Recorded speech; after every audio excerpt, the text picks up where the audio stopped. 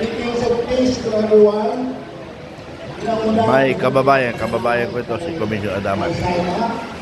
For inviting us here with my wife. Kami ay nakikicelebrate at makibahagi sa kaligayahan na idudulot ng selebrasyon ito sa isang Pilipino ang kanyang anak.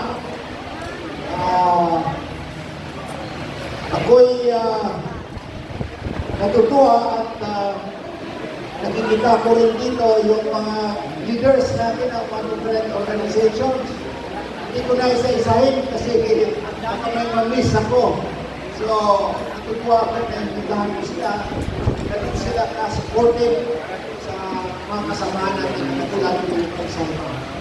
So, ang may bahagi ko lang dito sa ikakasal ay hindi biro ko ang masukin ang magpakasal o isang titip.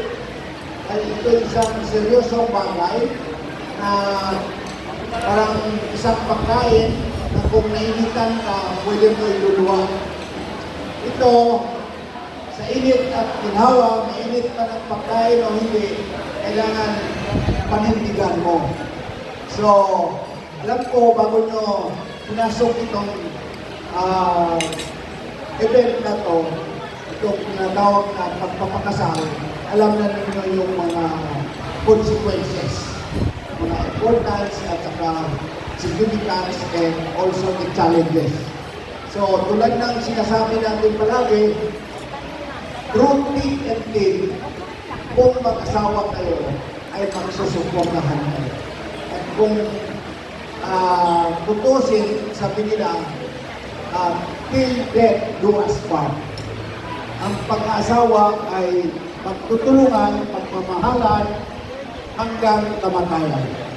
So, alam niya, in-emphasize ko lang, at I am praying to Allah na kabayan kayo sa inyong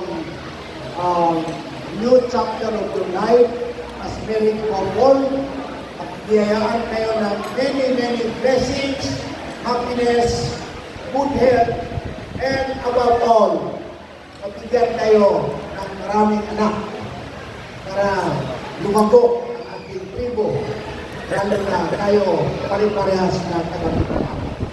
Okay, so yun lang po yung sasabihin ko sa inyong lahat. Palagpakan muli natin ang ating ikakasal ngayong hapon. Assalamualaikum warahmatullahi wabarakatuh. Thank you very much.